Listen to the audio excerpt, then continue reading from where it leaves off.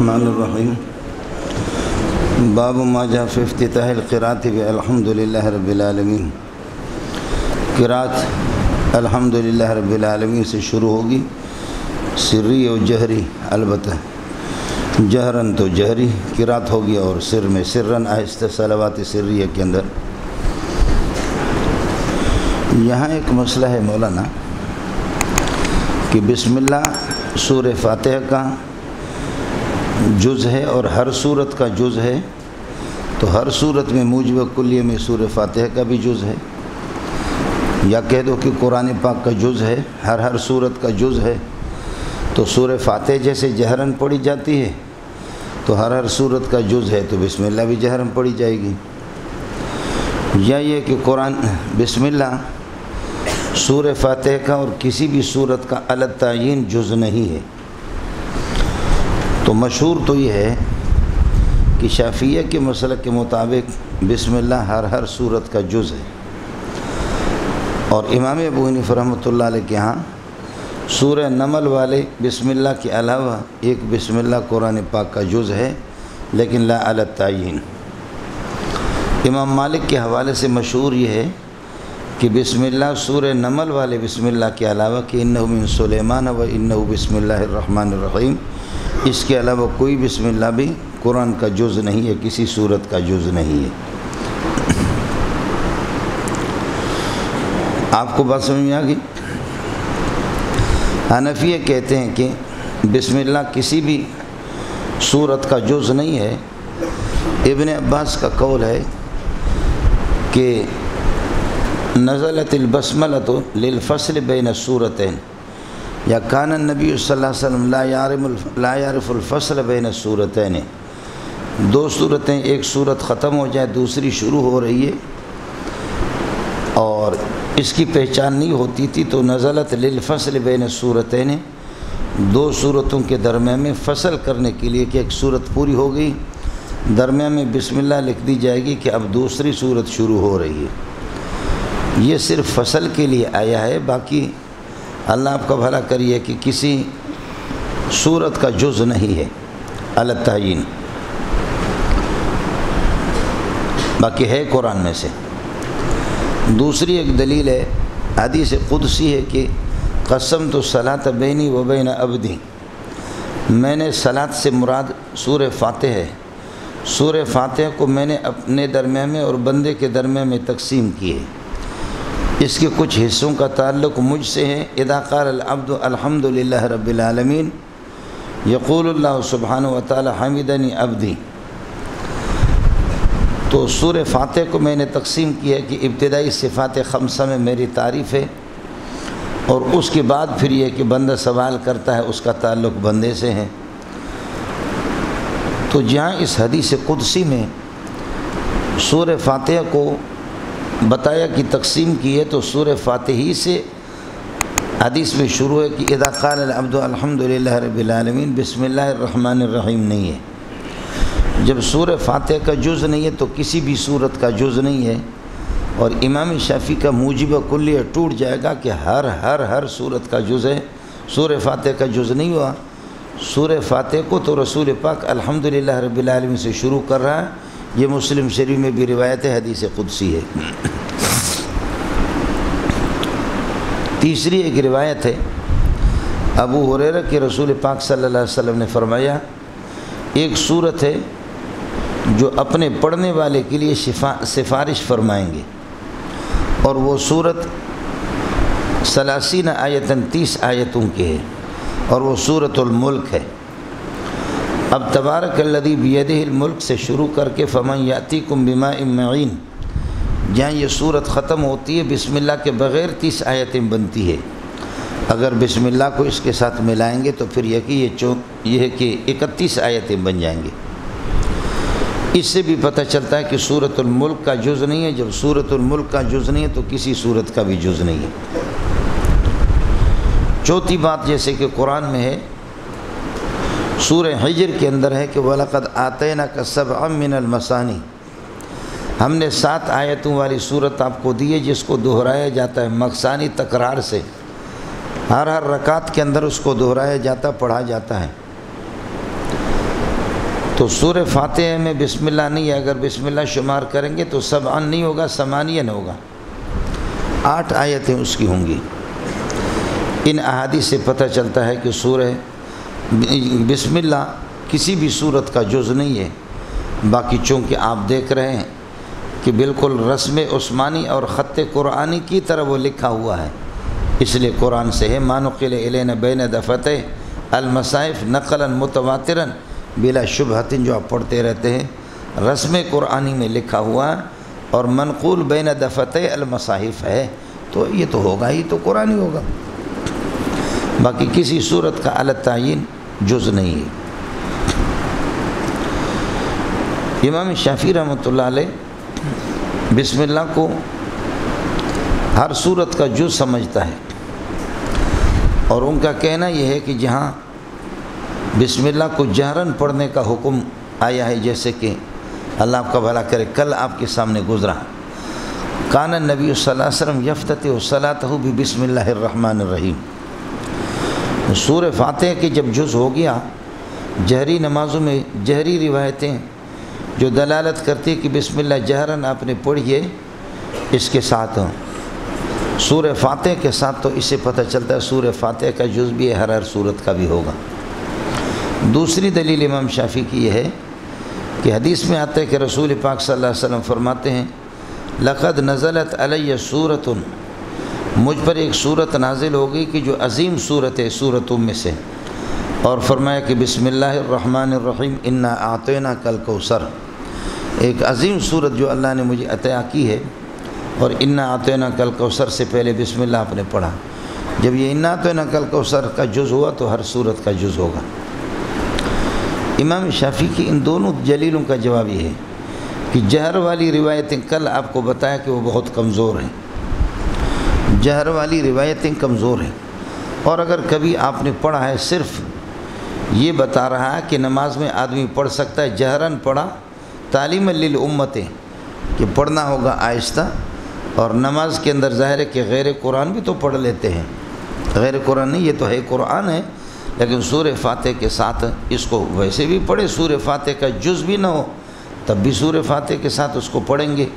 سبحانک اللہم و بحمدک و تبارک اسمک و تعالی جدک یا آیت التوجیہ، یہ سورہ فاتحہ کے اجزاء تو نہیں ہے، لیکن پھر بھی سورہ فاتحہ سے پہلے پڑھی جاتی ہے۔ تو جہر والی روایتیں تعلیم للامت کہ بھائی بسم اللہ پڑھنے کی گنجائش ہے، یہ جزیت بسم اللہ کی جزیت فاتحہ کے لیے اس پر دلالت نہیں کرتے۔ باقی انا اعطیناک الکوثر سے پہلے آپ صلی اللہ علیہ وسلم نے بسم اللہ پڑھی ہے، یہ تبرکاً آپ نے پڑھی ہے، جیسے کہ 40 دن کے بعد حضرت عائشہ کی عفت اور پاک دامنی اور برات کا اعلان ہوا سورہ نور میں، ان الذین جاؤوا بالافک عصبۃ منکم، تو آپ نے فرمایا کہ بسم اللہ الرحمن، عائشہ اللہ نے آپ کی برات کو بیان کیا بسم اللہ الرحمن الرحیم ان الذین جاؤوا بالافک عصبۃ منکم، حالانکہ یہ طے شدہ ہے کہ ان الذین جاؤوا بالافک سورہ نور کے بالکل اندر ہی ہے، یہ بالکل، اور اس سے پہلے بسم اللہ تو ہے ہی نہیں، لیکن تبرکاً آپ نے وہاں بسم اللہ پڑھا، تو اس طریقہ پر یہ ہے کہ انا اعطیناک الکوثر سے پہلے بھی آپ نے جزیت کے طور پر نہیں پڑھا ہے، بسم اللہ کو تبرکاً پڑھا ہے۔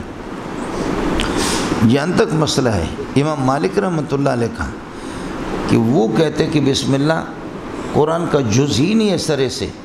مولانا یہ بات غلط ہے، امام مالک کے ساتھ ظلم ہو گیا، یہ سینکڑوں کتابوں میں بلکہ ہزاروں کتابوں میں نقل ہو گیا کہ امام مالک اس کے قائل نہیں ہے، بسم اللہ کو قرآن سے نہیں مانتا، یہ امام مالک کے مذہب کے خلاف ہے۔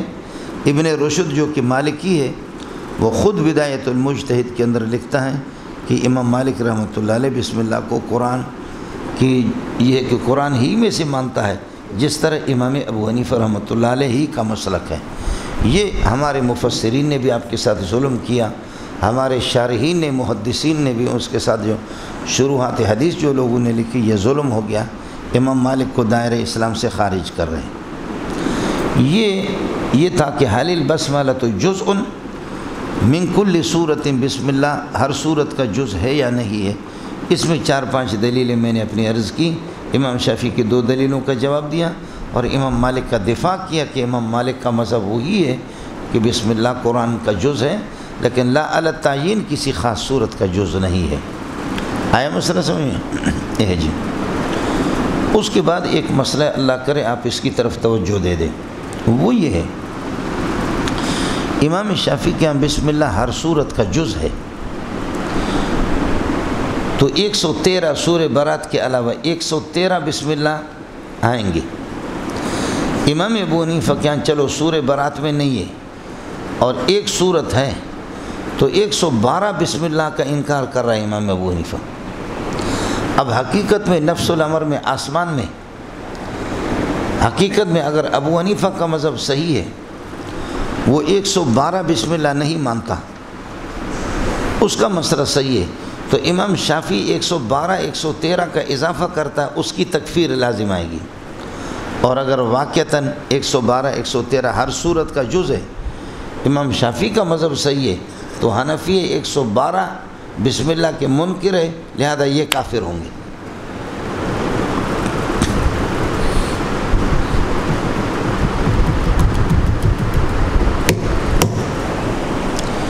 آیا مسئلہ سمجھیں؟ یہ رافضیہ کا ایک بہت بڑا اعتراض ہے، سپاہی صحابہ والا اٹھے کوئی جواب دے دے۔ سمجھتا ہے؟ پتر اب ہون اٹھو۔ ایک زیر زبر کو اگر آدمی اگر امام شافعی صحیح ہے ہر صورت کا جز ہے، تو ابو حنیفہ 112 بسم اللہ نہیں مانتا، ایک بسم اللہ مانتا ہے لا علی التعین کسی بھی صورت کے ساتھ، جو برات کے اندر تو نہیں ہے، تو 112 کا پھر امام ابو حنیفہ منکر ہے۔ اور اگر ابو حنیفہ صحیح ہے تو شافعی 112 بسم اللہ کا اضافہ کر رہا ہے۔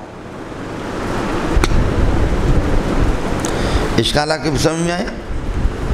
ایک زیر زبر کا اضافہ یا ایک زیر زبر کی کمی سے انسان کی تکفیر لازم ಆتی ہے، یا 112 113 بسم اللہ میں جھگڑا ہو رہا ہے۔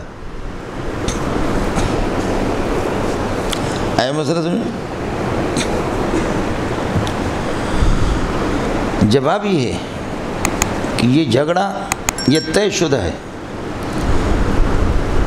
کہ مولوی منظور سر سے لے کر کے پاؤں تک، پاؤں سے لے کر سر تک، اس کا نام ہے منظور، سر سے لے کر کے پاؤں تک، پاؤں سے لے کر سر تک۔ ایک آدمی کہتا ہے کہ مولوی منظور 6 فٹ کا ہے، وہ بھی ٹھیک کہہ رہا ہے، اور دوسرا کہتا ہے کہ 4 فٹ کا ہے، وہ بھی ٹھیک کہہ رہا ہے۔ سمجھ رہی ہے کہ نہیں؟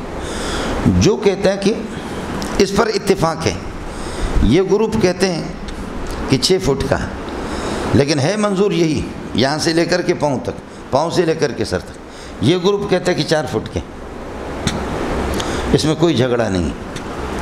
یہ 6 فٹ کے کہہ رہے ہیں ان کا فٹا چھوٹا ہے، اور یہ 4 فٹ کے کہتے ہیں ان کا فٹ بڑا ہے۔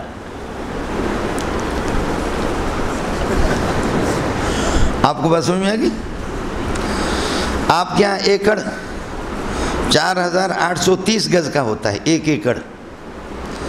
ایرانیوں کے یہاں 10,000 گز کا ہوتا ہے۔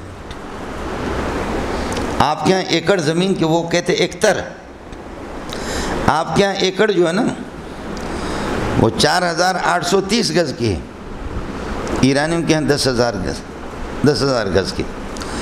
آپ کی یہ زمین 14 ایکڑ ہے، ایرانیوں کے ہاں یہ 5 ایکڑ ہے، 5 سے بھی کم ہے، بالکل ٹھیک ہے۔ جو کہتے ہیں کہ قرآن 6666 آیتیں، وہ بھی ٹھیک کہہ رہا ہے۔ جو کہتا ہے کہ 6640 ہے، وہ بھی ٹھیک کہہ رہا ہے۔ 6666 تو مشہور ہے مولویوں نے، ورنہ 6666 بنتے بھی نہیں۔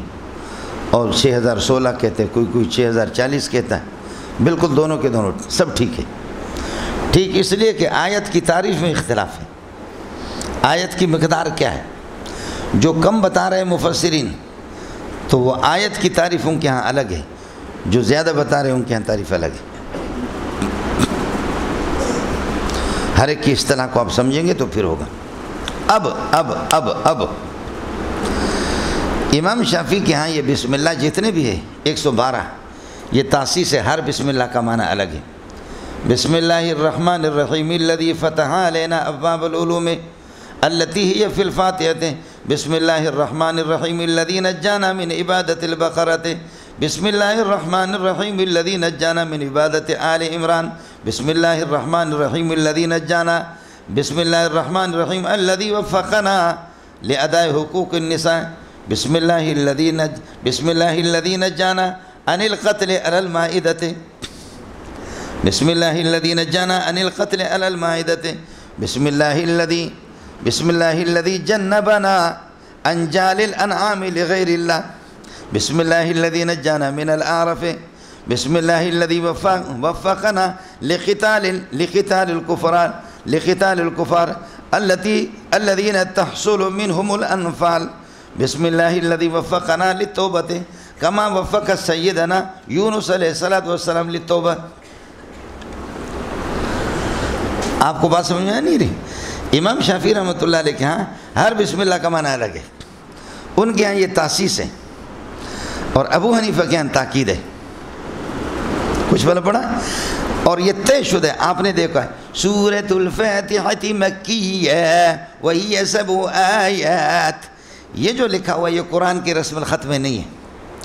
سورۃ البقرۃ مدنیہ یہ قرآن کے رسم الخط میں لکھا ہوا نہیں ہے. اس کا رسم الخط الگ ہے، رکوع کا الگ ہے، وہ بھی رسم قرآن میں نہیں ہے. اور بسم اللہ رسم قرآنی پہ لکھا ہوا ہے، طے شدہ ہے کہ یہ صرف بات اتنی سی ہے، اس پر اتفاق ہے، یہ رسم قرآن پہ یہاں بہت سے بسم اللہ لکھی ہوئی ہے. سمجھے؟ ابو حنیفہ کے یہاں کی حیثیت تاکید کی ہے اور حضرت اقدس کی حیثیت امام شافعی کے یہاں کی حیثیت کس کی ہے؟ تاسیس کی ہے. کس کو سمجھ میں آ گیا؟ باقی ہے یہ قرآن. اے کاش آپ کو یہ سمجھ میں آتا. سمجھ شریف میں ہے کہ نہیں؟ ورنہ یہ تمہاری بس کی بات نہیں ہے. کس کو سمجھ میں آ گیا؟ اے مولانا رسم قرآنی کے ساتھ لکھا ہوا. کچھ بھلا پڑ گیا؟ یہ جنے دا پترے. اب اگر فَبِأَيِّ آلَاءِ رَبِّكُمَا تُكَذِّبَانِ آتا ہے وَيْلٌ يَوْمَئِذٍ لِّلْمُكَذِّبِينَ کئی دفعہ آیا ہے.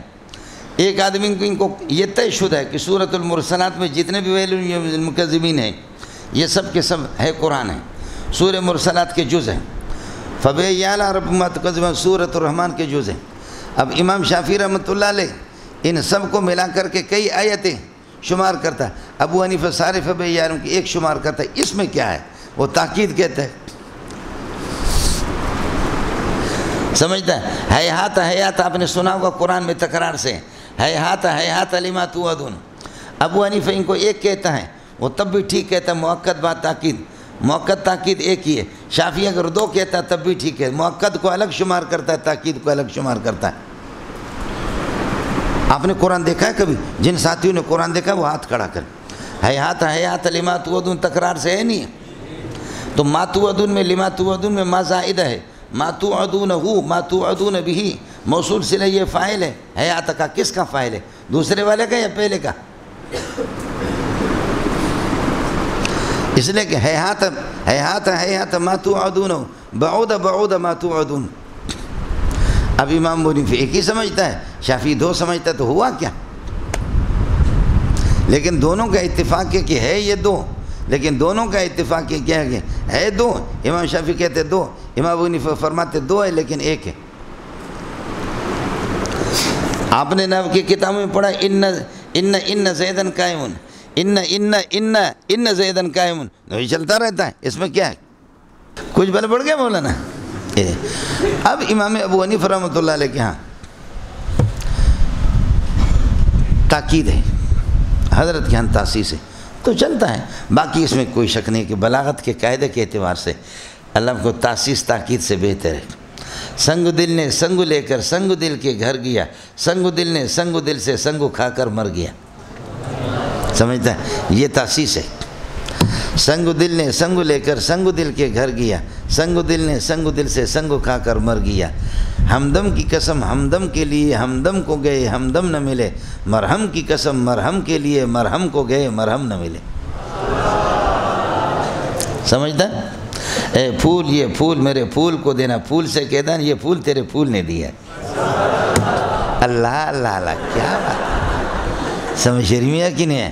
اے کاش کہ تم قال رسول اللہ پر اور اقوال فقہا پر اس طرح نشاط میں ہوتے جیسے کہ اس قسم کے بدبخت قسم کے اشعار پر آپ جو ہے اللہ آپ کو بھلا کرے متوجہ ہے، اے کاش کہ آپ اس طرح. تو علم کہتے قبول النفس لتلک الصورت المعنویت، ذہن میں نشاط ہو، دل اس کو قبول کرے خود بخود، سمجھے؟ ہوتا ہے کہ اللہ آپ کا بھلا کرے. سپاہ والے، تبلیغ والے، فضل الرحمان والے، ان کے جملے آپ کو بھاتے ہیں، لیکن یہ جملے یہ ہے کہ کیا ہے، ان سے آپ کو نفرت ہے، اس لیے یہ ذہن میں نہیں آتے. اس لیے منطقی کہتے ہیں ذکاوت کوئی چیز نہیں ہے، بات ہے صرف دل کا بھانا، ذہن کو بھانا. کون سی چیز ذہن کو، دل و دماغ کو بھاتی ہے نہیں بھاتی؟ جو بھاتی ہے، سمجھے، وہ بھاتی ہے، وہ دماغ میں آتی ہے. جو چیزیں نہیں بھاتی وہ دماغ میں آتی نہیں. اتنی سی بات ہے اور کچھ نہیں. وہ کہتے ہیں ذکاوت مکاوت. آپ میں کتنے غبی ہوں گے، سبق میں غبی ہے، لیکن وہ سیاسی جملے اردو کے ان کو اتنا یاد ہے کہ سبحان اللہ، آدمی حیران ہوتا کہ اخباروں کی سرخیاں ظالموں کو یاد ہیں، سمجھتا ہے. اس لیے کہ وہ ترمذی سے اللہ سے دور ہے اور وہ سیاست سے قریب ہے.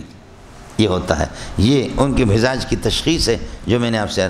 اللہ کے بندوں کچھ والا پڑھا باقی امام مالک رحمۃ اللہ علیہ کے ساتھ ظلم ہوا، خیال کر لینا کہ وہ بسم اللہ کو سرے سے قرآن سے مانتا ہی نہیں. ایسا نہیں ہے، میں نے عرض کیا کہ ان کا مذہب بھی وہی ہے. باب ما جاء في افتتاح القراءة والحمد لله رب العالمين وبه قال حدثنا قتيبة قال حدثنا أبو عوانة عن قتادة عن أنس قال كان رسول الله وأبو بكر وعمر وعثمان يفتتحون القراءة والحمد لله رب العالمين. تو بسم الله اس سے پڑھیں گے. قال ابو سعد حديث حسن صحيح والعمل على هذا عند اهل من اصحاب النبي صلى الله عليه وسلم والتابعين ومن بعدهم كانوا يستفتحون القراءة والحمد لله. قراءت شروع کرتے تھے فرماتے کہ الحمد للہ رب العالمین سے. وقال الشافعي انما معنى هذا الحديث، اس حدیث کا معنی ان نبی صلی اللہ علیہ وسلم وابا بکر وعمر وعثمان كانوا يفتتحون القراءة بالحمد لله رب العالمین. اس حدیث کا معنی، اس کا معنی یہ ہے کہ انہم کانوا یبدؤون بقراءة فاتحة الکتاب، جہری قراءت فاتحة الکتاب سے شروع کرتے قبل سورت سے پہلے. ولیس معنی، اس کا یہ معنی نہیں انہم کانوا لا یقرؤون بسم اللہ الرحمن، کہ بسم اللہ الرحمن الرحیم نہیں پڑھتے، بسم اللہ تو ضرور پڑھتے. وکان الشافعی یرا ان یبدأ بسم اللہ الرحمن الرحیم، امام شافعی رحمۃ اللہ علیہ اسی کے قائل تھے کہ بسم اللہ کو شروع کیا جائے، بسم اللہ سے ابتدا کیا جائے. وان یجہر بہا، اور جہرن بسم اللہ پڑھی جائے. اذا جہر بالقراءۃ، جب قراءت جہری ہو بسم اللہ کو جہرن یہ ہے کہ پڑھا جائے. لیکن اب الحمدللہ شافعی اور حنابلہ سب حنفیہ کے مذہب پر ہے. ائمۃ الحرمین میں سے اب کچھ لوگوں نے شروع کیا، ورنہ ہماری زندگی 60 سال کی ہو گئی، ہمیں بھی پتہ ہے پہلے نہیں پڑھتے تھے. اب کچھ سلفی تو نہ کہہ دو، غیر مقلدین، سلفی تو ہم ہیں، غیر مقلدین کا اثر ہو گیا. اب نوجوان امام کچھ آ گئے، انہوں نے سلسلہ شروع کر دیا. اللہ پاک جو ہے نا بس ہم سب کو یہ کہ ہم پر رحم فرمائے. میں نے آپ کو بتایا کہ بسم اللہ ہر سورت کا جز ہے، اور بسم اللہ آپ کا بھلا کریے کہ بسم اللہ اور آمین ان کے بارے میں امام بیہقی نے بہت سی روایتیں انہوں نے اپنی طرف سے جمع کیے. باب ما جاء انه لا صلاۃ الا بفاتحۃ الکتاب، یہ کوئی نماز صحیح نہیں ہوگی مگر فاتحۃ الکتاب سے. ہمارے ہاں ترجمہ نہیں ہوگا کوئی نماز مکمل نہیں ہوگی، کوئی نماز کامل نہیں ہوگی مگر یہ کہ فاتحۃ الکتاب سے. یہاں ایک مسئلہ ہے مولانا کہ سورہ فاتحہ وہ جزء الصلاۃ ہے. سورہ فاتحہ قراءۃ الفاتحہ وہ جزء الصلاۃ ہے، رکن الصلاۃ ہے، یا یہ ہے کہ اللہ کا بھلا کریے کہ شرط ہے اور واجب ہے، یا واجب ہے اس کا درجہ. تو یہ حضرات فرماتے کہ سورہ فاتحہ وہ رکن صلاۃ ہے اور جزء صلاۃ ہے. اور امام ابو حنیفہ فرماتے کہ جزء صلاۃ قراءت مطلقہ ہے، عام قراءت مطلقہ. سورہ فاتحہ علی التعیین وہ واجب ہے. قراءت مطلقہ، مطلق قراءت نہیں کہہ رہا ہوں، قراءت مطلقہ کہہ رہا ہوں. قراءت مطلقہ حضرت فرماتے کہ فرض ہے اور جز ہے. بغیر قراءت کے نماز سرے سے ہوگی بھی نہیں. باقی قراءت مطلقہ اگر کر رہا ہے، کہیں سے بھی کوئی فقر و ما تیسر من القرآن پڑھ رہا، نماز اس کی ناقص ادا ہو جائے گی. سمجھتا ہے؟ اور آپ حضرات کو معلوم ہونا چاہیے کہ جس چیز کو فقہا رکن کہتے ہیں، منطقی اسی کو مادہ کہتے ہیں. مادہ منطقی اسی کو کہتے ہیں. حقیقت الشیء و ماہیت الشیء، بھی مادہ اور حقیقت ماہیت اسی کو کہتے ہیں. حقیقت الشیء و ماہیت الشیء، ما بھی شیء ہو جو اپنے شرع قائد میں پڑھا ہے. حقائق الاشیاء ثابتۃ والعلم بها متحقق خلاف لسوفسطائی، اسی کے تحت یہ شعر علامہ تفتازانی کی عبارت ہے جو کہ میرے بہت پرانے دوست ہیں. سمجھ شریف میں ہے کہ نہیں؟ آپ کو بات سمجھ میں آگے نہیں آگی؟ اے جندا پترا. تو حقیقت ماہیت ما بھی شیء ہو، اور ظاہر ہے کہ حیوان نہ رہے یا انسان نہ رہے، یہ حقیقت و ماہیت انسان، اس کو انسان کون کہے گا؟ ایجاب نہ ہو یا قبول نہ ہو، دونوں ارکان ہیں، تو اس بے کو بے کون کہے گا؟ ایجاب نہ ہو یا قبول نہ ہو، اس شادی کو نکاح کون کہے گا؟ تو یہ ارکان، یہ لوگ فقہا کہتے ہیں ارکان، اور اللہ آپ کا بھلا کرے کہ رکن کہتے ہیں، اور منطقی اس کو حقیقت و ماہیت سے تعبیر کرتے ہیں۔ تو اب مسئلہ ہے قرأت مطلقہ حقیقت و ماہیت نماز کی، یا الگ تعین قرأت مطلقہ میں، تو پھر اللہ آپ کا بھلا کرے کیا ہے؟ کوئی سی بھی صورت ہو، سورہ فاتح میرے لیے مشکل ہے، اِنَّا أَعْطَيْنَاكَ الْكَوْثَرَ پڑھتا ہوں، والعصر پڑھتا ہوں، تو قرأت مطلقہ یہ کہ فرض ہے اور رکن ہے، یا یہ کہ سورہ فاتح ہے؟ تو یہ لوگ کہتے ہیں کہ سورہ فاتحہ رکن ہے، ہمارے ہاں رکن نہیں ہے، اس کا درجہ قرأت مطلقہ فرض ہے، اور مسئلہ اللہ آپ کا بھلا کرے سورہ فاتحہ کی حیثیت کس کی ہے؟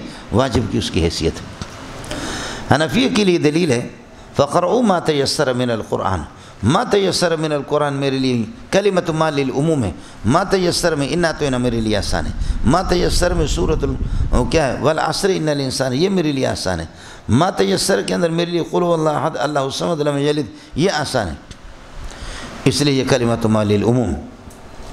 یہاں قرأت مطلقہ کا ذکر ہے، وہ خلاد ابن رافع جس کو نبی نے نماز سکھائی، اس کو بھی نبی نے فرمایا کہ ثم اقرأ بما تیسر معک من القرآن، ثم اقرأ بما تیسر معک من القرآن، اس سے بھی استدلال اسی طریقہ پر ہے۔ آیا مسئلہ سمجھیں؟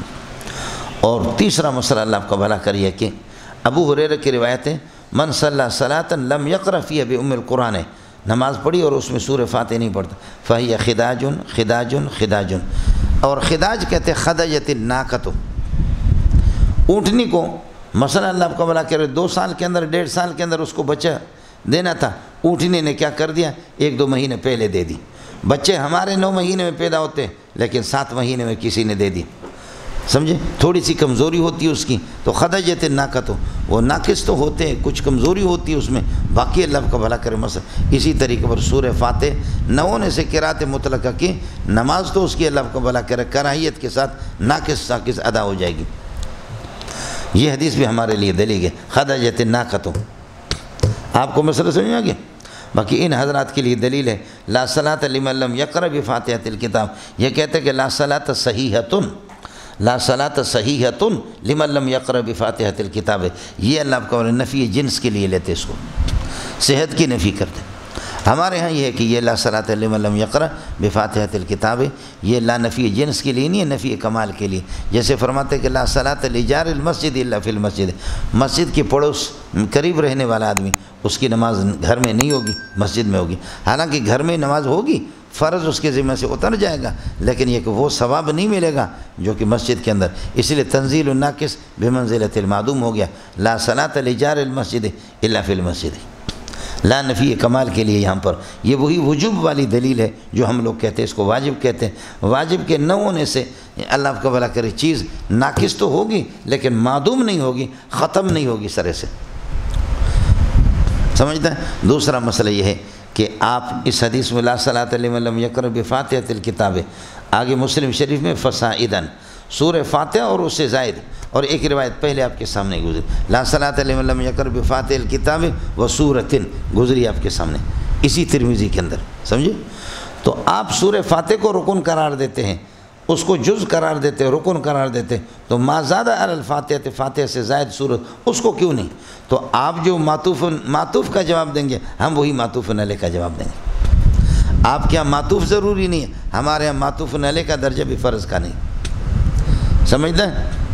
اور تیسرا مسئلہ وہی ہے کہ فرضیت آپ کیسے ثابت کریں گے؟ الفرضیت لا تثبت باخبار الاحاد، خبر واحد سے اللہ کا فرضیت کا ثبوت بھی نہیں ہوتا، یا خبر واحد لا یزاد بمثل علی کتاب اللہ، کتاب اللہ پر اس سے زیادتی کریں گے بھی نہیں۔ یہ ہو گیا، مولانا ذرا خیال کر لینا۔ باب ما جاء انه لا صلاة الا به، علي بن حجر قال حدثنا سفيان بن زهري عن محمود بن ربيع عن عبادة بن الصامت عن النبي صلی اللہ علیہ وسلم۔ کچھ دن میں نے آپ سے کہا تھا قل واللہ آپ سے پڑھوایا تھا، یاد ہے کہ تو کچھ پریشانی آ گئی، آتی ہے آپ کی دعاؤں سے اللہ پاک یہ کہ حل کر لیتا ہے، فی الحال تو حل ہو گئے لیکن آپ کی دعا ہونی چاہیے، میں پریشان زیادہ نہیں ہوتا، سمجھ رہی ہے کہ نہیں؟ حتی الامکان کوشش بھی کرتا ہوں۔ عن عبادة بن الصامت رضی اللہ عنہ نبی صلی اللہ علیہ وسلم قال لا صلاة لمن لم يقرأ بفاتحة الكتاب وفي الباب عن ابي هريرة وعائشة وانس وابي قتادة وعبد الله بن عمرو قال ابو عيسى حديث عبادة حديث حسن صحيح۔ والعمل علیہ عند اکثر من اصحاب النبی صلی اللہ علیہ وسلم منهم عمر بن الخطاب وجابر بن عبد الله وعمران بن حسین وغیرهم قالوا لا تجوز صلاۃ، کوئی بھی نماز ٹھیک نہیں ہے الا بقراءۃ فاتحۃ الکتاب، فاتحۃ الکتاب وبه یقول ابن المبارک والشافعی واحمد واسحاق باب ما جاء فی التامین۔ اشرقت نفسی بنور من فؤاد